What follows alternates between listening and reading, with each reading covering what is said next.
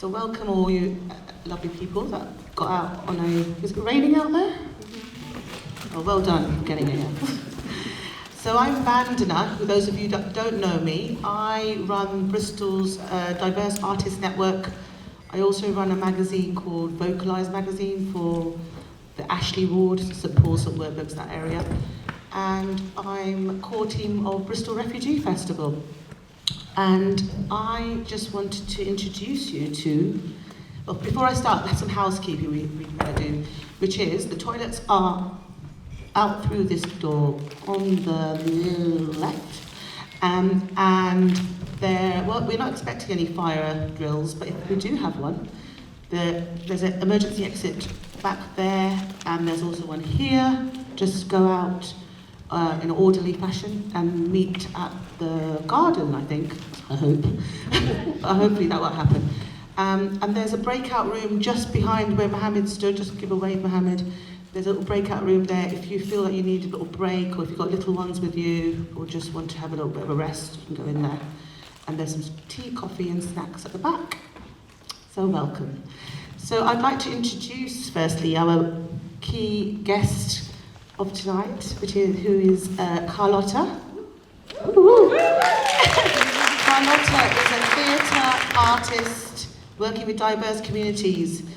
She's from a Portuguese background, based in Bristol and working internationally. Her work centres around migration, identity and mental health.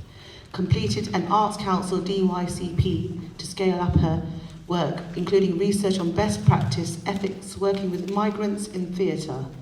Her projects with Borderlands, the refugee charity, weekly theatre workshops for migrant women since September 2023, includes theatre trips and sharing such as this one. I actually met Carlota and got involved with one of her theatre workshops as well this year, and we had loads of fun.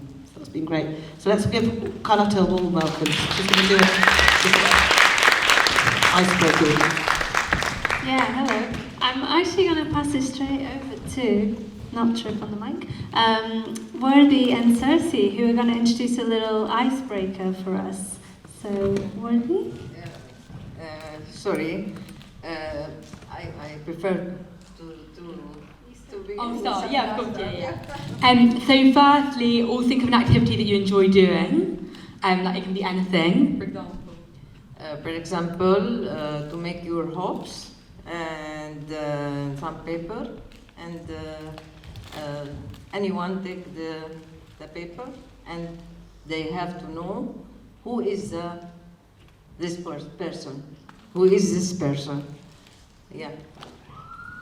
So all write an activity you like doing on a piece of paper, like for example cooking or yoga, whatever you like doing, and then fold it up and put it in the middle of the table.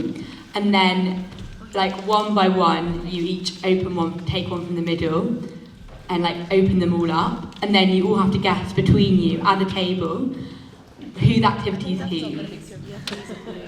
So, Wadney, do you want to give some examples of activities that we've had before? For example, my hope, or walking, or crochet, like this, yeah, and you could, maybe the nature, go walking, go something like this. My hope. Okay, we'll give you a few minutes to do that. Enjoy.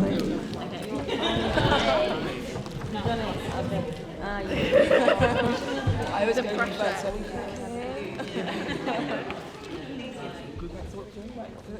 Yeah. Where are we going? Over there? Yeah, there's room on that table. And then we're going to get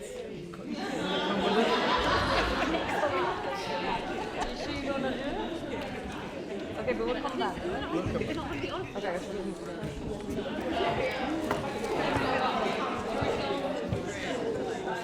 Thank you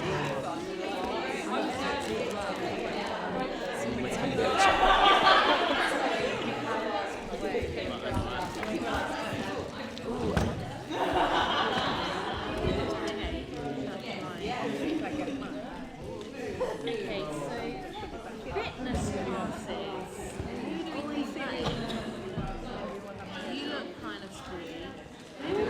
Hello, hello, hello, hello. Fitness classes. Okay, so if you haven't finished the activity, I will give you some more time. But if you are done, you're welcome to go and have a look. We've got some things on these two tables and a table over there.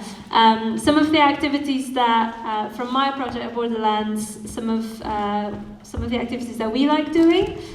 So we've got lots of cooking, we've got some recipes from different countries over there. We've got some arts and crafts, and we have a writer in our group, so we've got some short stories which you're welcome to take away. There's one in English and one in Spanish. And then on that side, we've just got some photos from our workshops and a bit about the countries that we're from. So within the next 5 minutes, if you want to wrap up your activity and just go and have a look at these tables, and then we will move on to the next thing. Thank you.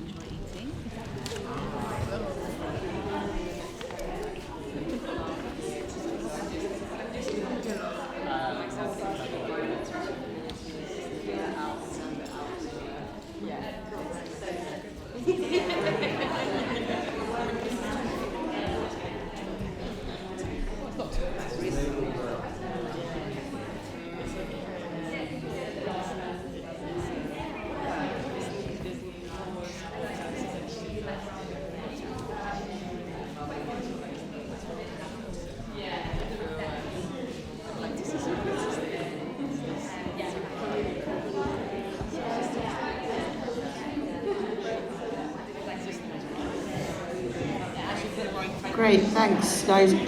Come and have a seat back down. And before we go on to the next part, I just wanted to, there's a question on your table, says, what brought you here today? So if you could, even if you get a minute to answer that, just if you write it down on the piece of paper. Somebody who's already answered it though, if anyone wants to shout out anything, what brought them here today? That'd be really good, just to know a few ideas. Otherwise I'll just pick on someone.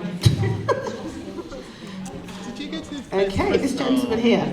What brought you here today? To Bristol, I think. Yeah.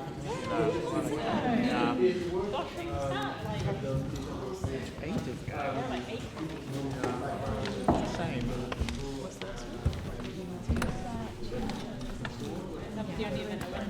Me too. My first one.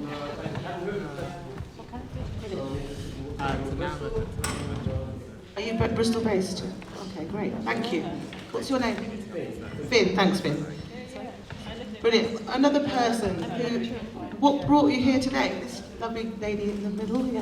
What brought you here today? Yes, you. What brought me here today? Well, I think knowing Carlota and Hiba was one of the reasons why I came. Yeah. But I've also made performance work with Borderlands in the past, so I was really excited to see like what people were, sort of what they were doing, what they were making at the moment, in the continued work of continuing to work with those groups myself. Great, thanks. What's your name? Vicky Brown. Vicky, nice to meet you. Could you repeat what people say? Yeah, sure. So Vicky, do you want to, so Vicky, she's met you before, she said, and that she has been working. You interested in work that Borderlands has been doing, so you've been connected with them as well. Yeah, well done for coming with your bad arm. Thank you. I hope it gets better soon. Right, one more of what brought you here today. Could anyone volunteer? Well, otherwise I can pick on someone. Yes. I was really wanted to learn more about theatre work across languages. So theatre work across languages. Yeah. Thanks. What's your name? Holly? Holly. Thank you, Holly. So we're going to move on to the next part. Oh, we got one more. Brilliant. I'm here to find out specifically about different people, different cultures, the textures of everybody, to learn more. I'm really interested. I'm a photographer as well, so I've got my creative head on. And this is Peace. What a beautiful name, Peace. Thank you. Peace and love. Thank you. So please do write down why you are here, because we do want to know what brought you here today, because it's quite good for our feedback. So we're going to move on to, I'm going to introduce you to a wonderful woman, a Bristol woman called Hiba. Hiba is a Sudanese cultural producer. She came to the UK in 2014 and started engaging with arts as a participant performer with Actor Community Theatre. She joined the Actor team, where she received training on drama facilitation and had the chance to work with different communities across Bristol, including refugees and migrants, young people, women, older people, and those with additional needs. Through partnerships with Actor and with support from ACE, Bristol City Council, WECA, Hiba then started running a series of projects with her own community, the Sudanese community.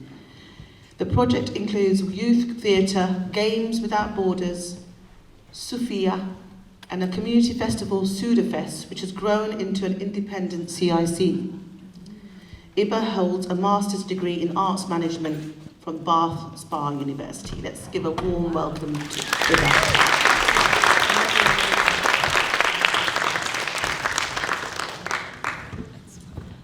Hello everyone. It's great to see many of you, so many familiar faces here. Welcome everybody. So I don't want to introduce myself more, so I'm just gonna delve straight into my sharing. And I'm going to share with you a film, just a little documentary called about a project called Sophia, which stands for Sudanese Folklore-Inspired Arts. So Sophia is a multidisciplinary combined arts project that involves members of the Sudanese community in Bristol. But it was also an open invitation to the wider community of Bristol and beyond to learn about the Sudanese culture and heritage. So the project is made up of lots of different strands. So we had offerings for women, offerings for young people, children, and a strand that involved men, so a creative space for men only.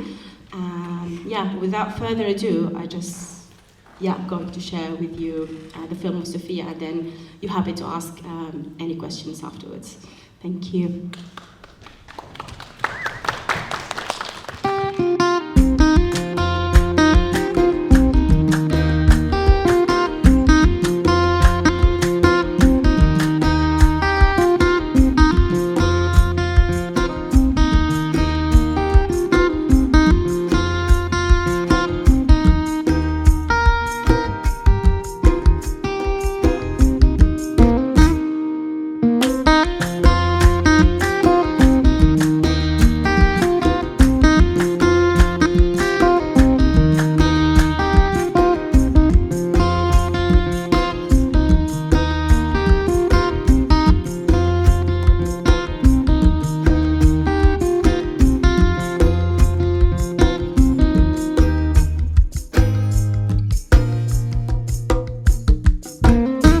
Sophia is a platform for the Sudanese communities in the UK to take part and produce artworks that reflect the Sudanese culture and heritage.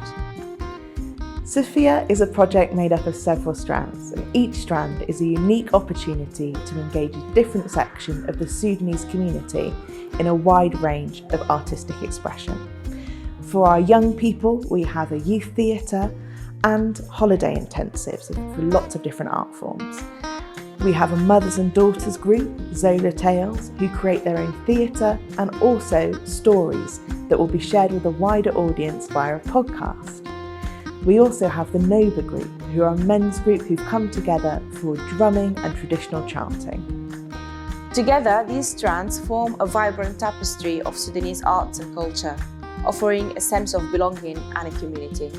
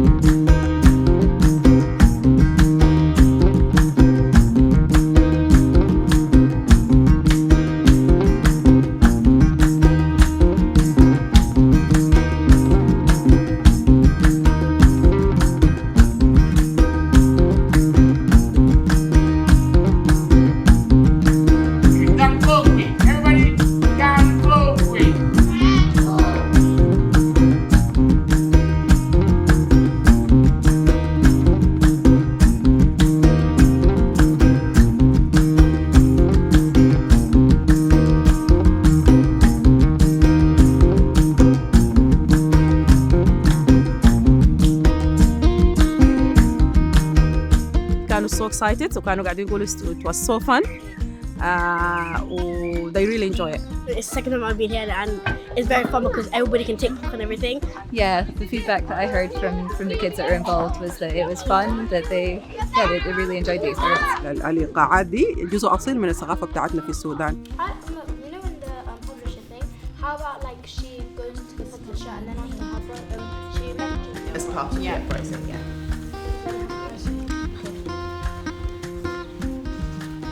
And also, you know the gender pay gap? Yeah. Like the women get paid less. I've only had like 2 women like on like whenever I go on bus, there's only 2 women bus drivers ever.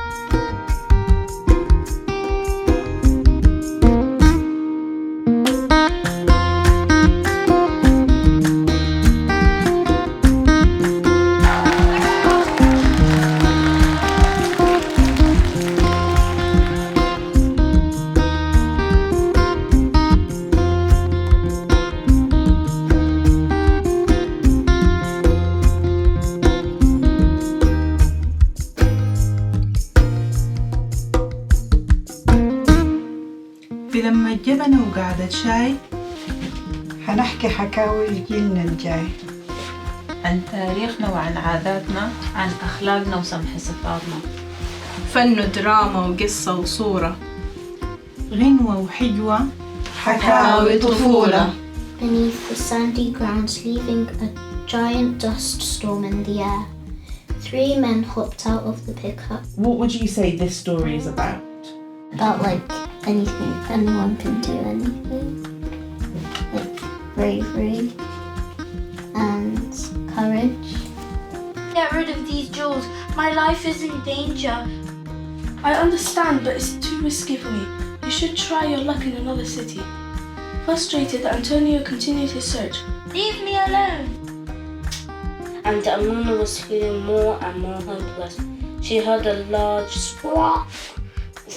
Who's next? Could use their trunks to water the tree to keep it hydrated. The animals all agreed.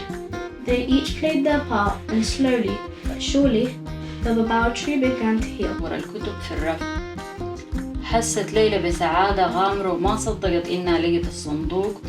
حضنت المربي وشكرتها على مساعدتها وقالت لها من غير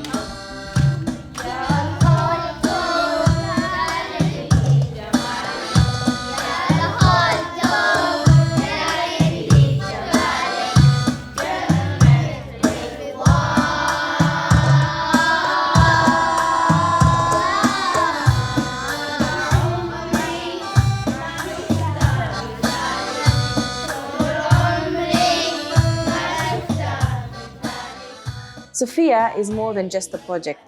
It's a family, a community, and a space for creativity and connection.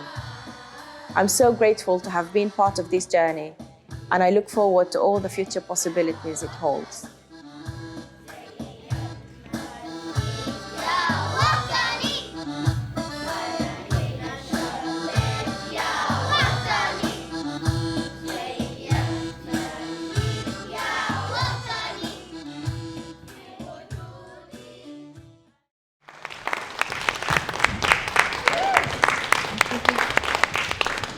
Well done, that was a really good film, thanks for that.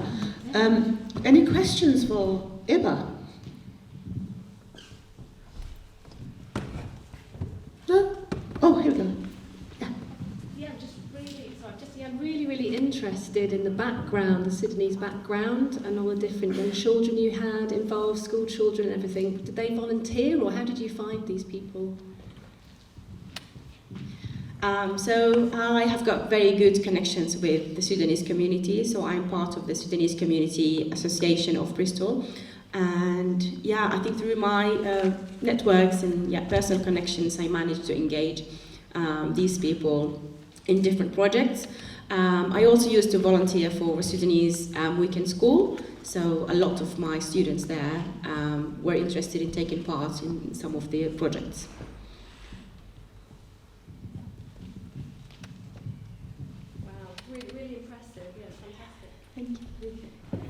How long altogether was the project? It was run for a year and 2 months or so. Yeah, so from 2022 right to 2023. Yeah. Can I ask another question? Yeah, of course. And from the beginning, how long did it take in the recruitment? How long did that take from when you started? I would say one of the easiest things with the Sudanese community is recruitment, because you don't really need to give them that far ahead notice that there's a project in 2 months' time, you need to come. So you can just literally tell them to come for a project the next day or so.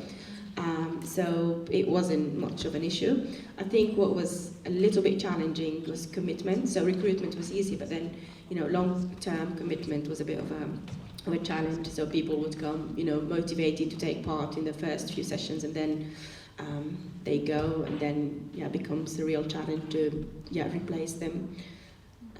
I hope I answered your question. Yes. The children, what was their kind of their identity as being Sudanese growing up in England? Was there a gap between that and the parents? Did they have a connection still? Yeah, I think they. I think most of them were second generation. So parents are first generation coming in, living in Bristol, and children, second generation. And there was also this generational gap, but also cultural gap. So the parents are so much connected to their own culture and heritage, where are the children and not. And there aren't many provisions in Bristol, and also, generally in the UK, that kind of fills this gap. So I think people were really interested to explore this opportunity. Which areas of Bristol did you do activity?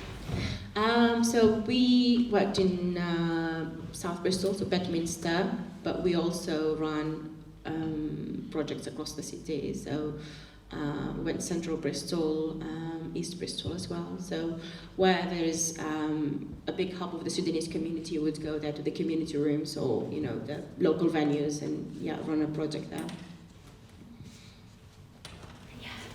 How easy was it to get funding from the arts group? Good question. It wasn't easy. So Sophia was an idea that started a few years back, and then I applied for funding to the Arts Council. It was a really solid application, and then it got refused. I persevered, so I applied for even more funding. And then they got back to me with a funding council, which was really strange. But I think before applying to the Arts Council the second time, I tried to pilot the project. So I did little steps of the project, and then I went back with a stronger case. Speaking. Hi. The podcast, can we listen to it? Where is it? And if not, what? I also want to know, was it all in 2 languages? So was it that the young people were reading in English and the parents were sort of interpreting that into Arabic, or was it a blend? I'm really interested in those 2 languages functioning within it. Can I answer the second question first and then come back? So the podcast was the outcome of the Zola Tales group. So the Zola Tales is made up of women and their daughters, so it's a mother and daughter group. So we wanted both of them to come up with their own ideas and work together on one story. So what happened is, when they come up with idea, the story is written and everything, then the younger ones would do the English version and the moms would do the Arabic version. So it was beautiful. So you'd have a mom and daughter working on the same story. The thing with editing, it was sent out for editing for a long time, and we haven't heard back from the editor yet. But hopefully in the next coming weeks it will be ready, and I can share with you some links. Thank you. Is there another question, or shall we flip on there? Oh yeah. I have a question about how you balance sort of encouraging engagement with art, but also pastoral care in the light of escalation of conflict in Sudan, and how you balance that. Yeah. So I think Sudanese issues were kind of present in all our work. So a lot of the stories that the children were working on had this in the background. So children obviously were kind of up to date with what was happening in Sudan, and they voluntarily wanted to include some of what's happening in their stories, because all the stories were original and none of them were like ready-made or so. We gave them this opportunity. We also encouraged them to reflect on what's happening in Sudan. And the strand of Sophia, which is Sudafest, focuses on raising awareness about Sudanese issues and the conflict in Sudan. So we included some fundraising activities. We had like corners where young people, were holding buckets and, asking people to fundraise for Sudan, but also they were really interested to share their worries about what's happening to their families there. Hope I answered your question. Yeah. The amazing Sam is there.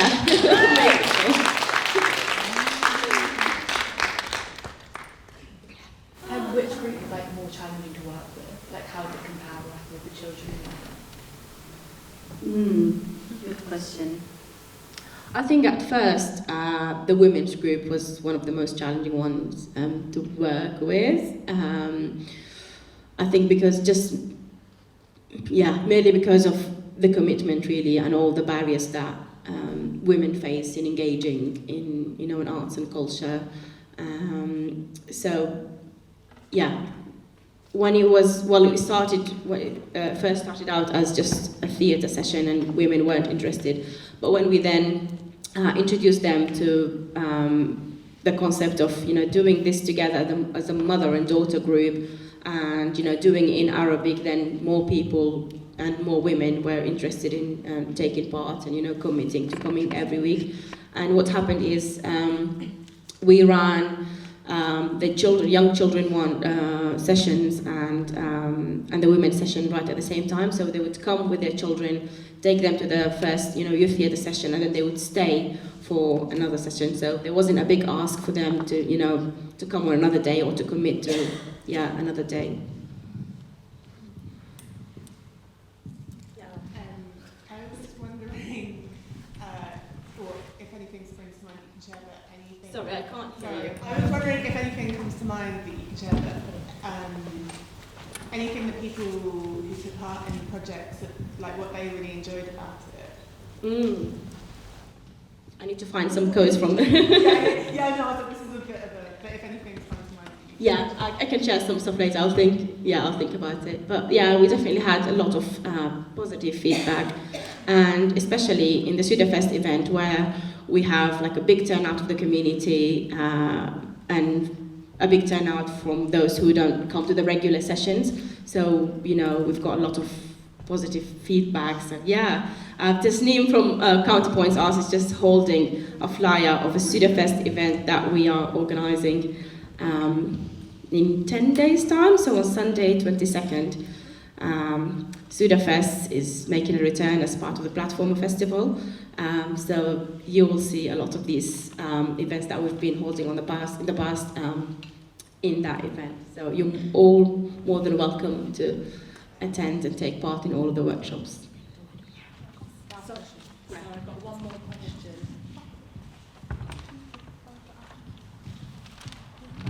So do you have any areas in Bristol particularly where you're going to be focusing on in the future? Any sort of projects in the pipeline coming up? Any specific areas? Right, so the nearest one is Sudafest, which is on the 22nd of October.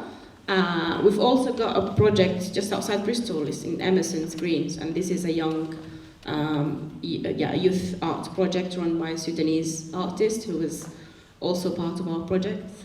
And geographical areas, we're kindly focusing on areas where there is a dense population of the Sudanese community, so areas like Redcliffe South, South Mead, Barton Hill, Easton. Thank you. Thanks, Hiba. Thank you. Very much. just to let you know, this is a relaxed event, so if you wanted a drink or some snacks, just help yourself at the back there. We're going to start the discussion now. We are running a little bit behind time, but we're going to be all right, I think. I'm going to call Carlota and Hiba to the stage, please.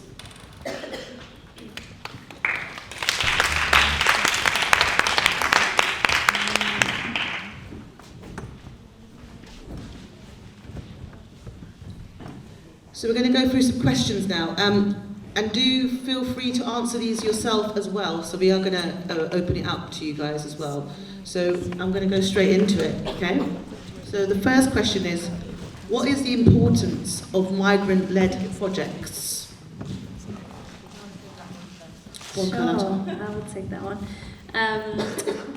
So for me, I think when projects are migrant-led, there is an immediate shared understanding in the room, and an immediate connection of we're all not from here, and to different extents we've all experienced this sense of not belonging to this place or learning English for the first time.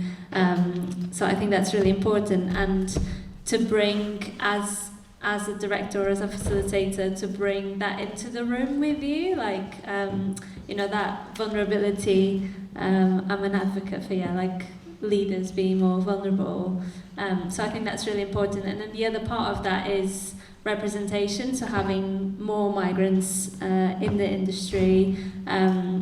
So it's something that I've been talking a lot about in terms of especially theatre. I feel like Bristol is so diverse, and you hear these different languages and different accents out on the streets, and there's a huge variety of different cultures, and then when you go to the theatre it feels like that's not often represented on the stage. So yeah, Bristol has got almost 19% of people who live here are migrants, so I'm really all about having that on the stage, and also the diversity of the team reflecting the diversity of participants as well. Okay, thank you, Carlota. Hiba, do you want to add? I think Carlota covered everything, but I just wanted to add a little thing to that, is the sense of empowerment to raise important issues that matter to migrants. So quite often when you go to a theatre group and you've got a leader who hasn't been through what you've been through, it becomes quite difficult to share, important issues or experiences that you want to represent on stage. But when you've got this leader who shares similar experiences, then you become more empowered to have a voice and then share experiences. So thanks. I'm going to ask the next question straight away because it's quite connected, because straight away came to my mind was when you're working with groups that are a mixture of cultures with different languages, how do you tackle that, like with the different language barriers? Who would like to answer that? Go for that first. Yeah, I can answer. I think in my case it wasn't quite of an issue because the groups I had were speaking the same language, so we didn't have problems of a language barrier or anything. But with groups that I worked with when I was working with active community theatre, we really benefited from including activities, games, stories that don't require a lot of language. So, for example, we would have as part of our plan a game that doesn't require any language. So we do something like a scene with just miming or just with using your body, or even with gibberish language. So this is quite funny, but also really acknowledges that people can have barriers, but they can also express themselves differently. And I would also say, through these activities that don't require language, we give participants an impression that language is celebrated. I mean, home language is celebrated rather than causing a barrier. So, for participants who want to, share a story in their home language, they're more than welcome to share in their own language, and then I've had experience in the past where participants from different languages were hearing different languages, not understanding anything, but feeling all the emotions related to sharing that story. Yeah, quite similar in our workshops, encouraging people to use their own language. And then we also play a lot with the translating apps and the fact that sometimes they don't work. And we actually have like Google Translate. They're not paying me to say this, but that's what we use.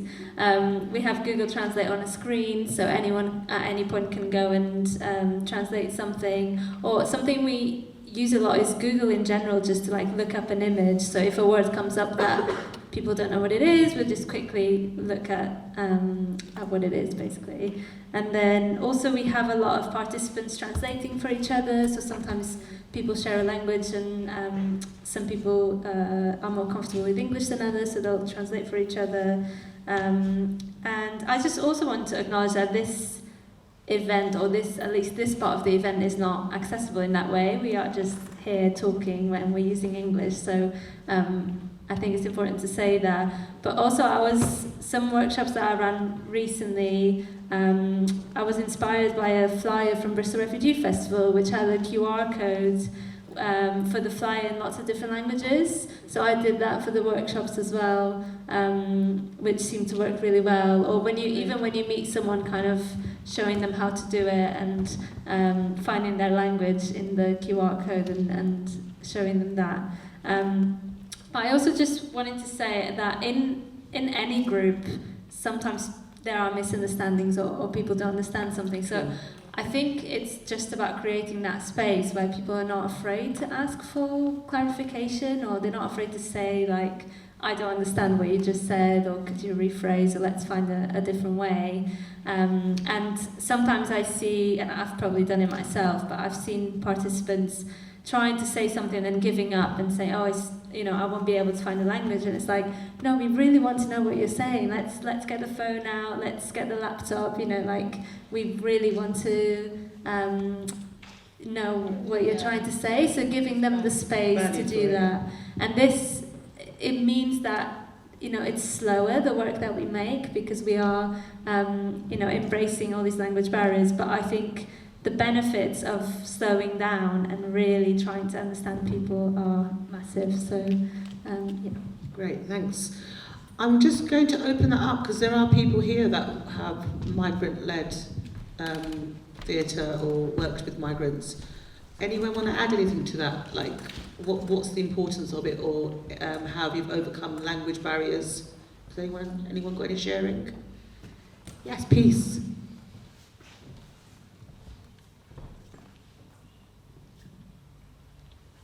Yeah, I just wanted to say that I think it's really about creating that safe space, as you said, really, because English can be a barrier for a lot of people, and I think sometimes, it's just sharing that richness of cultures, learning from different people's experiences, their journeys, I suppose, and having the freedom to do that, and just in terms of the feelings inside, I suppose. So, for example, I've been brought up in the UK, but I've missed a lot of jargon and different language in the UK and English. And so before I ever met Nigerian people, which is where my heritage, and then I learned sign language. And I think it's also about that education, isn't it, about language. There's lots of barriers that exist for people that move to the UK, and I think it's just about having that sort of freedom of expression, really, and acknowledging that, really. Definitely, a safe space is a key part of that, isn't it? Feel like you belong and feel welcome in a space. Is there anybody else? Yes, Vicky. Just about adding to what Carlota said about using less language being accessible for so many people, not just for people speaking different languages, but for people with additional needs or mental health needs. I think that working with no language at all has been reflected by the mental health group that I work with as a very supportive practice that is very mindful. And equal. Yeah, and equal, and So that's the work that I've done in rooms with mixed languages, is to remove language, but I'm starting to work in Arabic and English, so that's been a really interesting experience of working in a sort of blended way where words are still present. And I have lots of questions, so if anyone else is doing that, please talk to me, probably about. I've got Risa here who wants to share something. Yes, I've been working with different groups, mainly the refugee communities, working with community listening projects. And to add to the one about safety is about cultural considerations. There's a lot of assumptions that I think before we even start a project, be really clear what are the cultural considerations of each group. And even within the culture, there could be different factions as well. So Sudanese, don't assume that everybody is under the same. And this is from lessons learned, by the way. So if anybody wants to work with community listening projects, please have that as something really important. For example, oh gosh, there's too many, but I made a few mistakes by not putting that as a precedent before we embarked on the journey. And it's really, really important. Thank you, Risa. Vandna, do you mind if I just say, just a reminder that you've got a piece of paper in your tables. If there's any words that you hear that you want to jot down, or any thoughts that come up or questions, feel free to, as we go, be writing those down. It's great for us and for funders. Thank you. Most importantly, yeah. I'm going to move on. Oh, we've got peace again. Yeah, go for it. I'm sorry to interrupt. I was just wondering about a dictionary, and so maybe diversity and inclusion policies that we may have. Is there anything like that among your group? Diversity and equality, so to get that out there? As in policies? A policy or document? Yeah, any kind of information about that. So,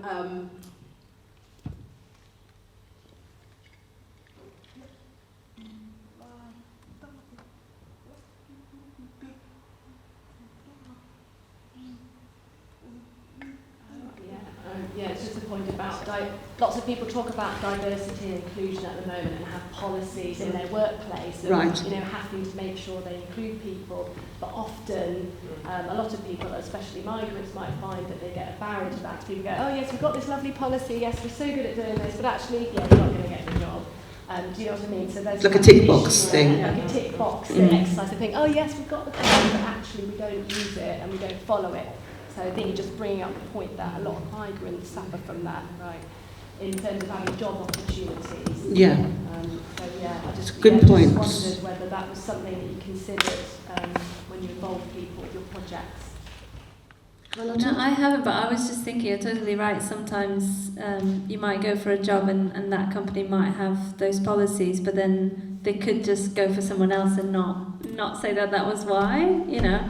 So it's there's definitely, I think, a lot of barriers, and we will speak more about cultural barriers in a second. But yeah, that feeling of not understanding certain jargon, or someone coming across a bit odd because they're not acting in the acceptable, like, British way of being really happy all the time or polite and things like that. So they can come across as rude, but those are just all cultural things. So I think there's things like cultural awareness trainings that people can attend that are really important. But as a freelancer, I don't have my own diversity and inclusion policy, but maybe that would be a good idea. Like, I've definitely thought about having my own, like, safeguarding policy. Normally I'm working with organisations who have those, but what what is my own in my own practice. So that could be something I could think about is having my own as well policy that I always I can send to people. If I'm collaborating with someone, then I can be like, this is my policy that you have to agree to as well. Yeah, thanks, Carlota. I think everybody needs their own policy, don't they? Around it. Yeah, it's all about equity, isn't it? That's exactly what we're talking about here, equity.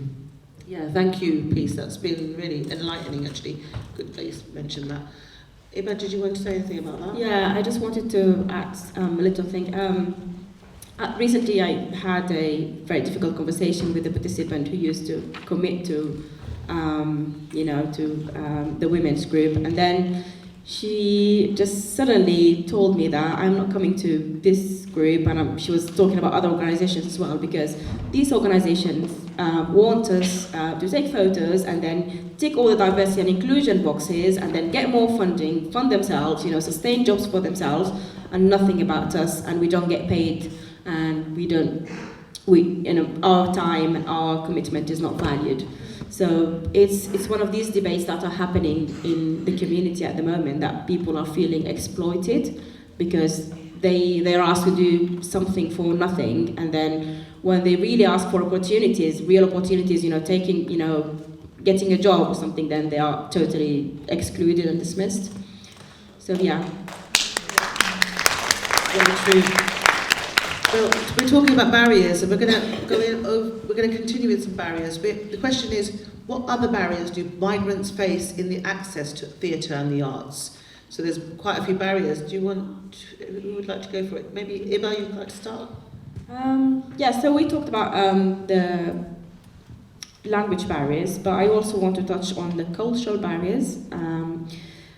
So I think a lot of migrants from different communities face cultural barriers to engaging in theatre, and especially women. And let me just talk about my experience with working with women from the Sudanese community. There's a big stigma of women taking part in theatre, and it's seen as something that's not socially appropriate.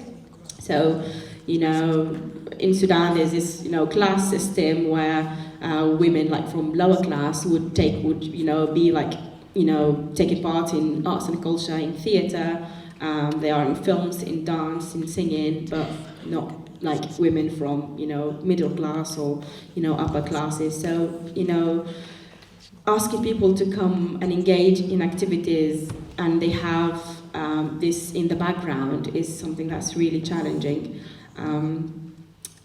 But then I think I kind of persevered to reduce this stigma by telling people that this is something about you, and this is something where you have somewhere where you have a space to create something on your own, to become creative and to meet other people, to connect, and to also raise important issues that matter to you. So I think through this gentle approach, people felt more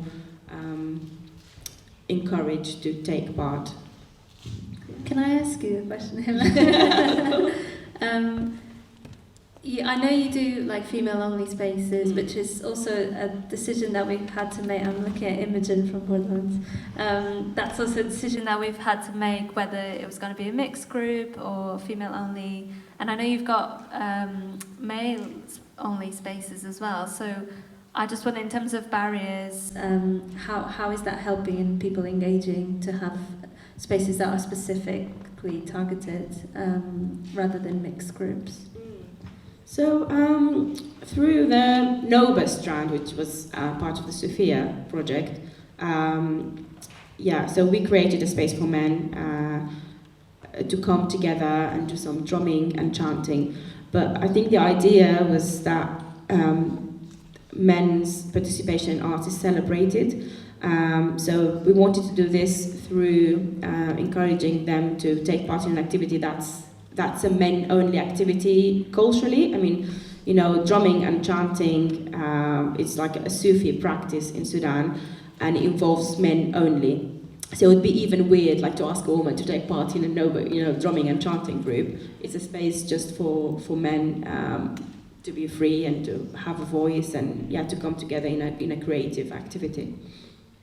Yeah, we found that, and as well through some research that I did before, that a lot of women wouldn't come if it wasn't a female-only space. So that was where the decision came from. And then from there also the fact that we're exploring what it means to be a woman in different cultures. So actually the content of of what we're doing is about that. It's about people who are perceived as women and who exploring those gender roles and things like that. So it was interesting to hear about the male perspective as well.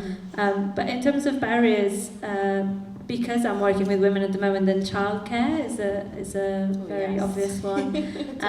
I found that there's like one crash service in Bristol that does this kind of the service that we need, and then it's really complicated because they need to know how many children, and then they need to know the ages of the children, because that's gonna decide how many staff they need. So then it's like, but it's a drop-in workshop, so we don't know how many children, we don't know their ages, so it's really quite complicated. And even for this event, like we tried to get a creche, and we ended up, at the moment what we're doing is we have toys, we have children's activities, we have that as part of the room, and we say that children are welcome, but the goal is to actually have a proper creche worker who's there, because that is a huge barrier. And then also, again, especially working with women, the lack of confidence can be a big barrier.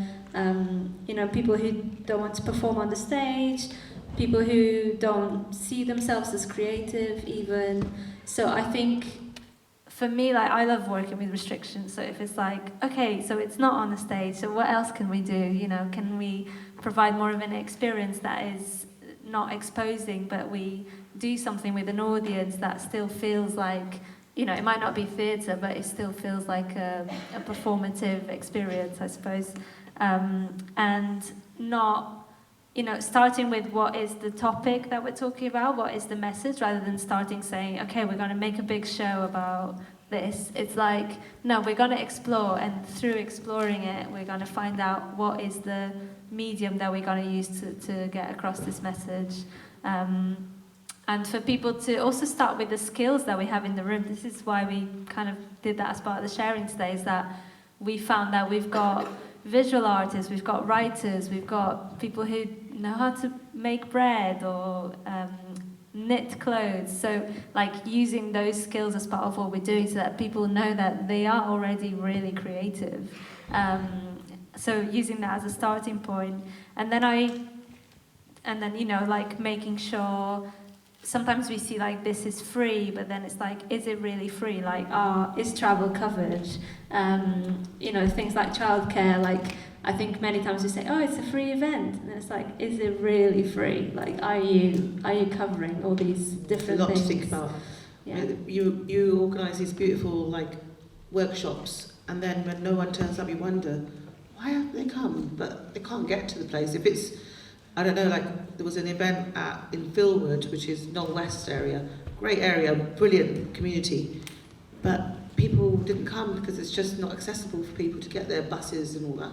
I mean, in terms of barriers, anyone else here we haven't mentioned any barriers that you'd like to mention that you faced working with migrants?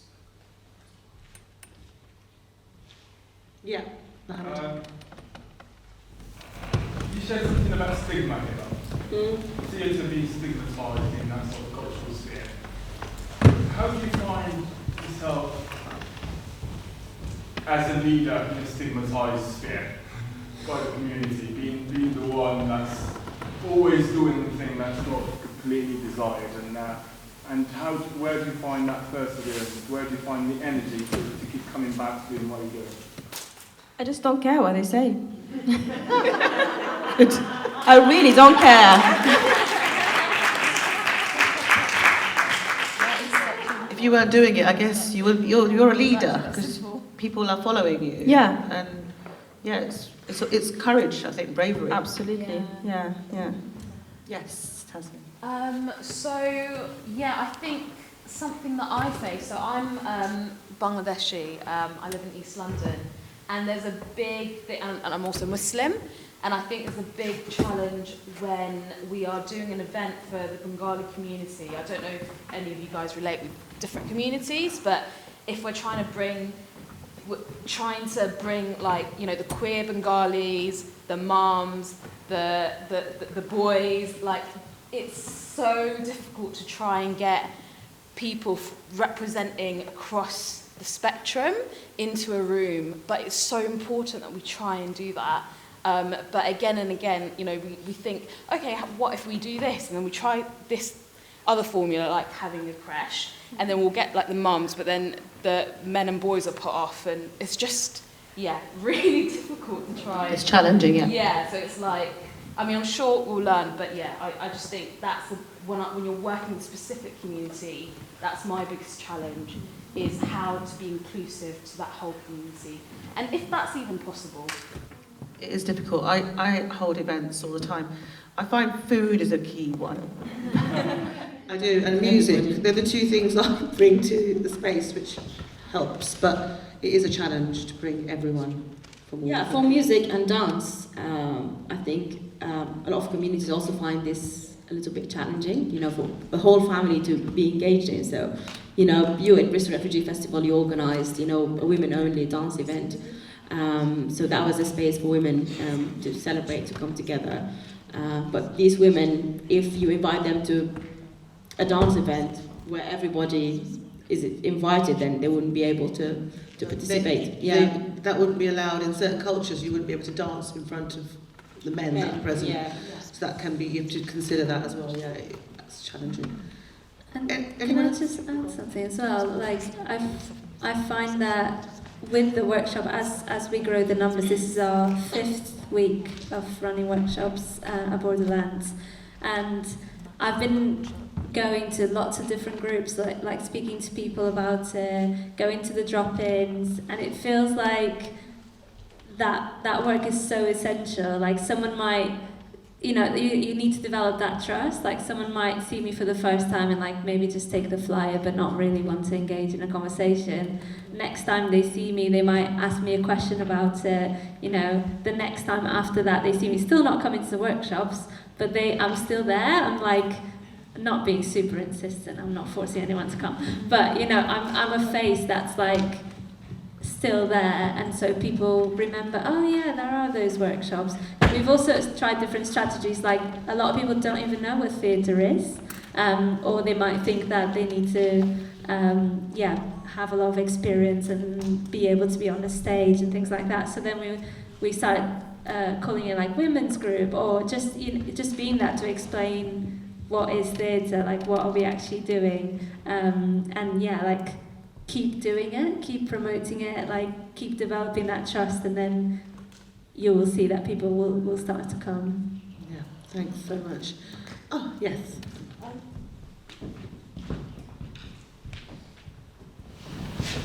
I wondered if you had any bureaucratic barriers in that you run a women and children's group. I know they separate, but do you all have to be DBS checked and various things with working with the children?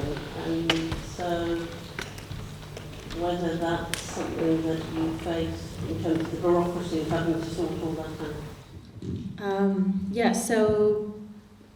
I run theatre workshops and arts workshops myself. I also work with different artists. So I am DBS checked, but sometimes you know, an artist wants to be involved and they don't have a DBS check. So we're just trying to just make things easier, and then we say if there's at least one person who's present there who's DBS checked, then the activity can proceed. Go ahead. But I just wanted to say as well, working with adults, especially potentially vulnerable adults, then DBS checks are really important, so we absolutely do them. Okay, I'm going to move on to the next question. What ethical considerations do you think are important when developing theatre from lived experience? Sure. So I think the first word that I think about is consent, and not just consent, but like informed consent. Like, how will my story be used? Like making sure people are aware if we are I mean, we're not there yet, but if we are to create a theatre piece, then making sure people are okay with their stories being shared and how they're going to be shared, and being really clear on what a project is about. I think if you say in this specific project we're sharing personal experiences, this is the theme, then you kind of need to trust that people who are there because they're interested in that. So I think sometimes there's a lot of like victimizing people when actually they have agency, as if they've consented and that consent is informed, and if they're there, then we kind of need to trust that they want to be there. And then in making sure they're involved in every step of the way as well, so getting feedback from them. I mean, I work a lot with co-creation, so it's all about like making work together. So and then the other thing that I think is really important is actually using scripts. So I think before I was like, I love getting the essence of someone telling a story for the first time. So we won't use the script, we'll just get them to tell the story. But actually by using a script, and then they can decide which words am I going to use to tell this story. Because in the moment, if they're ad-libbing, they might share something that they later regret. Oh, I didn't want to tell that detail, I didn't want everyone to know that. So actually by writing that script and agreeing those words beforehand, then you're more protected. And to create that separation as well. So I've got a script to learn now, so you kind of almost forget that you're working with your own story. It's kind of like just a script that I now need to learn, and I can change the words in them. And then the challenge is how do we tell this story as if I'm telling it for the first time, and not it feeling like it's a script. But that's something that I think is exciting to try and explore. Can I add also to the script point? I think it's really helpful to have a script for someone who doesn't speak English as a first language. I personally find scripts really helpful, and same as you, I've tried in the past to encourage participants to just use their own words and just feel comfortable and say what you think is suitable. But yeah, they've all asked for a script. So it's been really helpful. Can I also add just one point to the important ethics, is the question of ownership. So in the co-creative approach, people come together, they create a story, they perform it, and then there's a question of who owns this story, who owns this play. If another organization asks you for a touring, then who owns the story? I think it's a really important issue to raise and to discuss with participants and to come together to an agreement of ownership. How would you come to that? I think it just needs to be discussed. Who owns, like, if the play wants to be, shared with different communities, say outside Bristol, then who owns it? I think, when there's an open discussion about it, there's an agreement, and sometimes maybe formal official agreement is important. I actually ran a workshop recently about ethics of participation, and we looked at this case study that was like, we've been working with a group with devising a piece of theatre about this person's story, someone from the group. And they've been involved in every step of the way, creating the piece. Everyone's really happy about it, we're about to perform it. And then the day before, the person whose story it is says, actually, I don't feel comfortable with my story being shared. I don't want my story to be shared. Wow. And what do you do in that situation? But maybe I can put it out to people, like, if anyone has any thoughts, what would you do in that situation? Set it up so that can't happen. Or that there's a consensual decision that the group carries each other's stories. So that the summing in out of anyone's narrative is natural and consensual at every single stage. So maybe not having one person's story from the start. Is that what you mean? One person's story, but that one person's story can be represented and told by anyone at any time, which gives often the individual lots of relief because they can step in and out of their position. But also means that there's always this: I carry your story, you carry mine, we carry these stories together as a group, and that's how we share. Totally, but I also think in this example, they just didn't want their story shared by anyone. So how would you deal with that as well? There's lots of hands. Vandna, can you pick? Yeah, go for it, yeah. Myself? Yeah. I have been in the instance of that, and my first natural reaction was, okay, fine, great. Like, this is the process, and then going down the road of reassurance firstly, because I think it's a feeling of lack of safety as to why that might be the case, or any other uncomfortability. So addressing that first and foremost, and then secondly just say, is there a way that you feel able to tell your story safely? Like, we're not doing it this way, don't worry, so that the process can be complete. But actually the process of doing that is far more important than the product itself. As long as the therapeutic aspect for me has turned its cogs, then there's an achievement. And there's something that they can see for themselves in their own way that feels safe for them is paramount for me, most important. Yeah, I totally agree. I think it's the piece of theatre can be forgotten. It's kind of like it's so much more important for someone to consent to their story being shared. Yeah, absolutely. Yes, Ruth. I think it's a really interesting point. You talked earlier about safe spaces, and I think safety needs to be all the way through. As you know, working for the last 6 or 7 years, been working with people in Southmead, collecting stories from people who've lived, worked and grown up in the area, woven them into a soap opera that is then performed live in the streets of Southmead by local residents. All of the stories are true stories, and at any point, I think if somebody ever says that I agree with things that were said before about wherever possible, build it in so that it's into the fabric of what you're doing, so there's never a kind of issue around that. But do lots of different projects where it's very much dependent on people sharing their stories. It's also linked to something that Hiba said earlier about not wanting to exploit people as well. People come along in good faith, and share their stories. And right the way, we often record things, and right the way we say at the end, and you can change your mind at any time.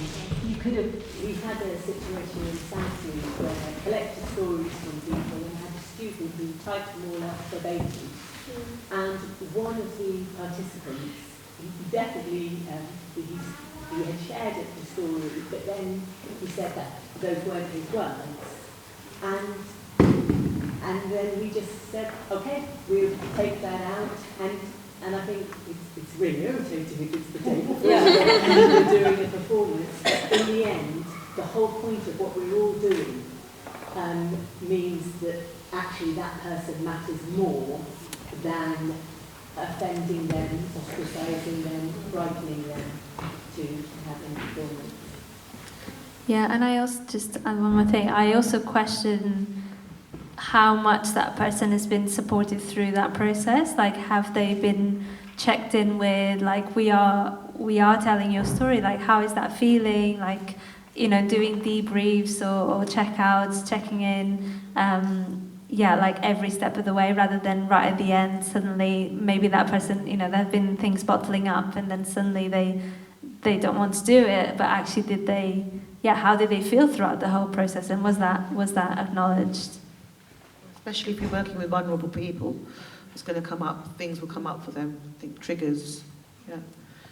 Okay, now we're going to go into successes.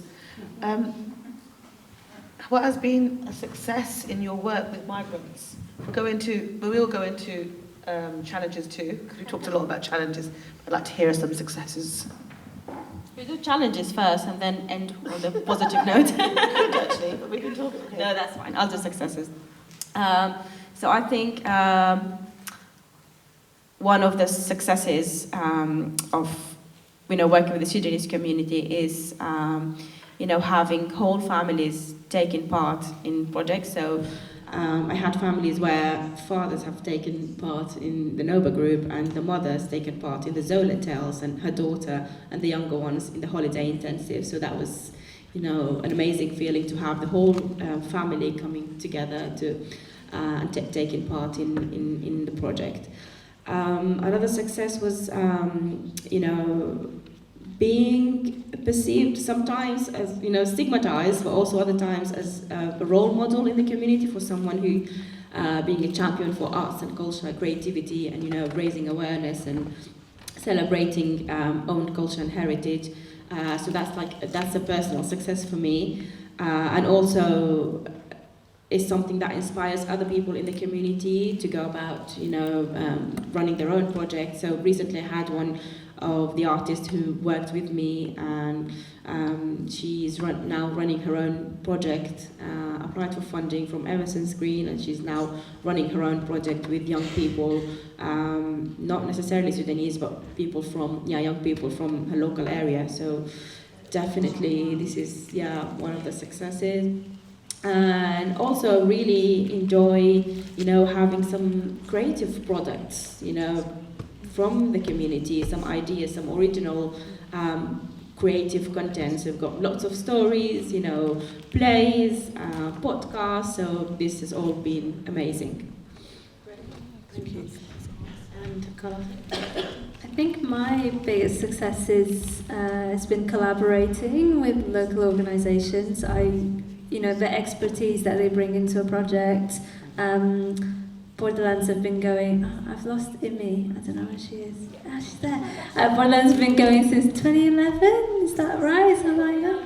Yeah, 2011. So they've been working in Bristol, supporting migrants for so long, and Bristol Refugee Festival have really helped promoting refugee women of Bristol, all these companies coming together, even if it's not their own project, we'll share or come to our drop-in, please let everyone know about it. So that's felt really supportive, and organisations that really care about creativity and see the value in it, and the fact that, obviously there are essentials in life, like making sure people have food and somewhere to stay, but also creativity as an essential as well. Connecting with others and having that space is essential as well. And I would say a success is the joy of the work, the joy of bringing people together, and break times are essential. They're almost as valuable as the activities that we do. The break times, having a cup of tea, connecting with others, and having also moments where we can offer a meal, we can eat together, we can get to know each other, but also being flexible. So if finding different ways for people to engage. So if someone doesn't want to be on a stage, or if someone doesn't want to do a specific thing, is there a different way for them to engage? And that will also include people with lots of different needs. Can we find different ways of engaging? Great, thank you. We do need to talk about the challenges as well, I'm afraid. But before we do that, does anyone want to ask anything to these two lovely people? Yeah, please. So what are you most grateful and thankful? What are you most grateful and thankful for as part of the projects that you've been involved in? For the people who have taken part, all the volunteers who have, kindly stepped in and helped with childcare sometimes, in community festivals, being part of our team. For all the children who are always full of enthusiasm and always want to engage and take part and commit to all the projects, and also for all the partners. I've worked with Active Community Theatre, other partners across the city. Many minds, I've worked with you, Vicky. It was a great joy. Yeah. Let's do it again. And something that I can't dismiss is funders, definitely. Yeah, so grateful to have been able to secure funding and make the projects happen.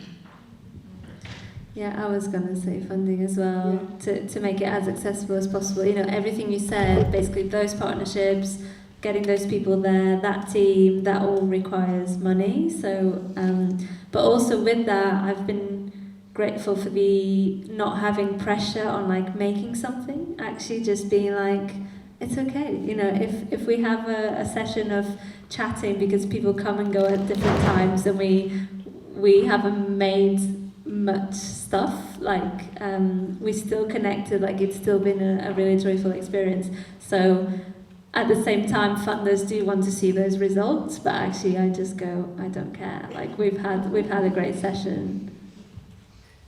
Thanks. Just now quickly about the challenges, there's a few that you guys would like to share. Do you want to go into that one? It's quite a weird one, you know, something that you're grateful for, but you also, it presents a challenge, is funding. Yeah, funding and, you know, having this certainty of, yeah, if the project is going to go ahead or not, it's going to continue, and, you know, having those people who are always asking, so what's the next step? And your answer is we don't know what's happening. So funding is, yeah, definitely one of the biggest challenges.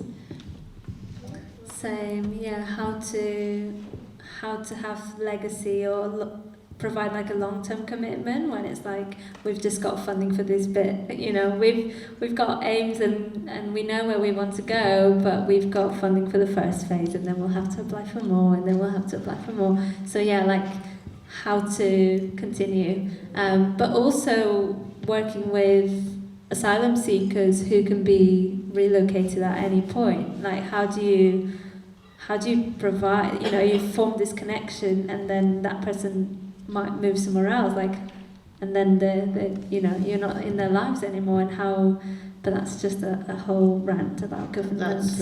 That's an ongoing challenge, working with asylum seekers. You just don't know. They're there for a few months and then they suddenly get moved. And that's something that we, as people that work with refugees and asylum seekers, go through that a lot. But you have to just keep going, I guess. Any questions for these two? Yes. Sorry, it's me again. Thank you very much for the work you're doing. I understand it's sometimes really difficult for people who are working in the sort of artistic sphere to come in with some kind of ideological agenda for the creative work they do. There's a lot of diversity in Bristol, but the question is there actually community cohesion? There is segregation. So do you think about a way in which you could use art and culture generally to bring people together in a project that aims and targets community cohesion? I think arts is an amazing platform, having all those filters of non-judgment brought into it. It's a platform for doing that. Have you ever thought about any strategies in which you could do that, and are you willing to do that in the future to bring different communities together? In your case, Hiba, I know that the Sudanese community, for example, wouldn't know anything about the Hong Kong community, as opposed to having a Sudafest, and we have a Sudakong at some point, something like that. That's a good point. We've missed out Hong Kong in our map because we've had someone from Hong Kong. So I'm just going to briefly say something about that, which is this was always our goal with the workshops that we're running for migrant women, and I do sometimes question what's the value of having like targeted groups like this is just for migrant women versus, for example, for all women. So we've got British women attending as well, because I think it's really important for people to feel connected to their local communities as well. But I think in this case, saying that this is for migrant women is saying you're really welcome here. We're all not from here. That's the thing we share in common, is that we're all migrants. And so I think that's been a way of bringing people together, and people really enjoy meeting people from other places. So it's tricky. We've got loads of different languages in the room, but somehow we make it work. So that's been a success for me. For me, through Sudafest Strand, which is not only for the Sudanese community, but also to all communities to come together, to have a chat, to attend a free event. So this has been, a way and a tool for me to engage the wider community in arts and culture and to bring communities together. But I'm also thinking about Sudakong. It's all in the pipeline. Sudakong and Sudarain, with Ukraine. Brilliant. I'm not sure. Have we gone over time? What's the time? 8:08. Ooh. Okay. So we've still got about 20 odd minutes, but that's for mingling and stuff. But is there any more questions? Any burning questions from anyone here? Go on, Ruth. I can see you. It sounds like all kinds of outcomes. I just wondered, and it may be a bit of an unfair question, kind of just off the top of your head, are there any kind of totally unexpected outcomes that you just didn't see coming at all out of what you've been doing?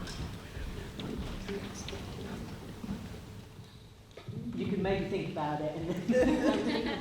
I guess that lady that started her own project, was that one unexpected? Yeah, that was unexpected. Yeah. Came as a positive surprise. But you're talking about negative ones? No, just any. Yeah. Positive, but yeah. Yeah, the lady that started her own project was, it was a bit of a surprise. I think whatever we make is always really unexpected. We didn't know. I didn't know who was going to come to the workshops. We still have new people coming every week. This is our 5th week.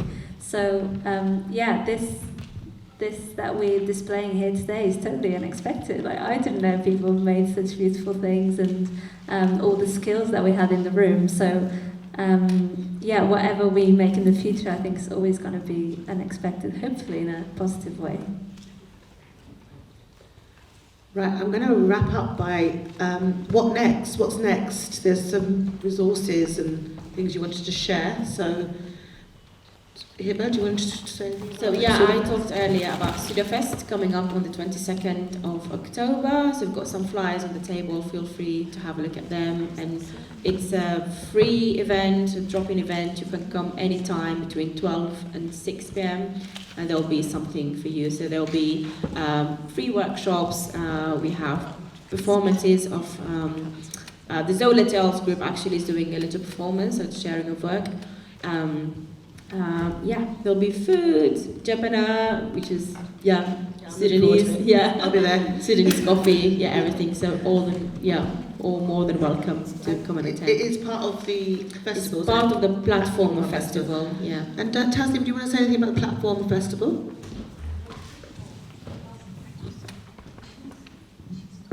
Hi everyone.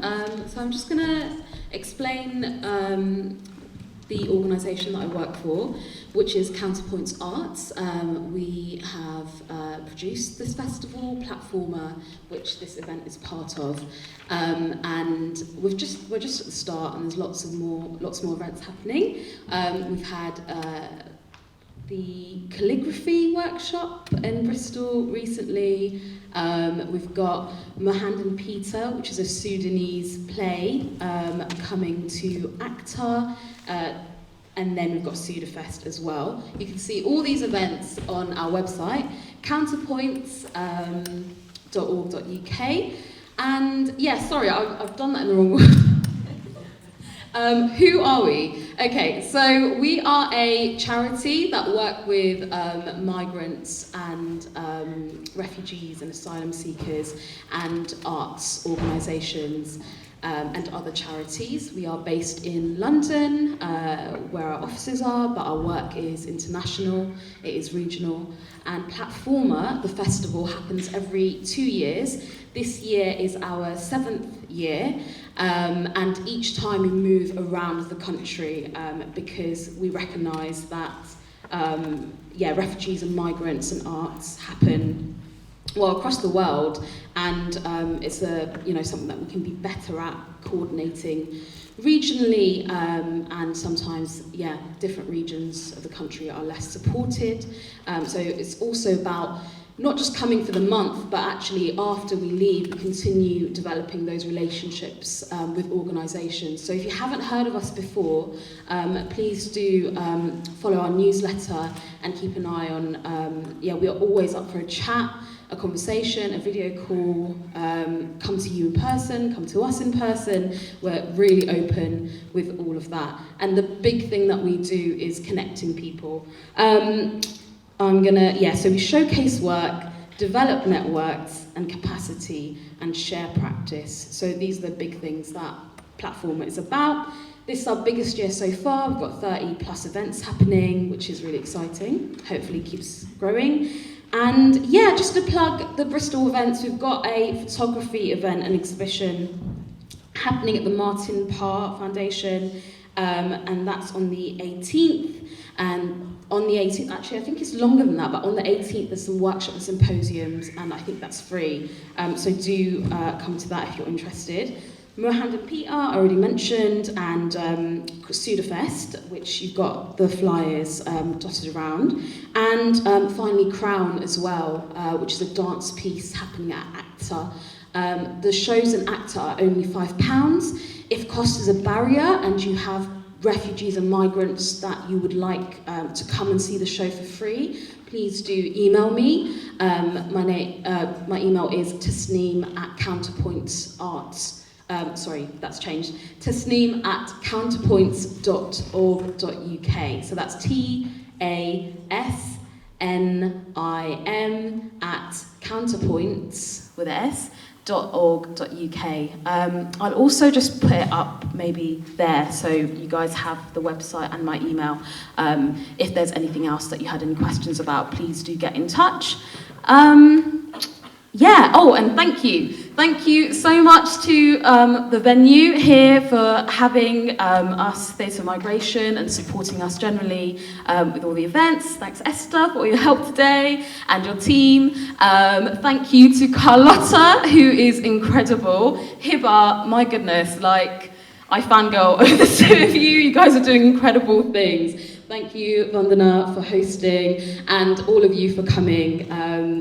We can't do anything that we do with Platforma and Counterpoints without partners, without people. So thank you so much. So one thing really important for today is feedback. So there are QR codes around, and there's a place where you can actually write comments there as well. And also Sam's here, he's going to be doing some vox pops. So he might pick on a couple of you. Can I just add as well about resources, because there's Counterpoints Arts have loads on their website, but also Bristol Refugee Festival have a Be Inspired page with things like creating spaces of welcome. There's loads of resources there. And just in terms of what's next, well, our group are going to Sudafest, so you should all go as well. And we're doing a few theatre trips, but our aim is for the next phase of the project is to create some opportunities for people to train as creative practitioners themselves through volunteering, and then hopefully leading to paid employment as well. So please give us some feedback. That would be great, so we can get funding to continue. Thank you. Great, thank you all so much. Thank you.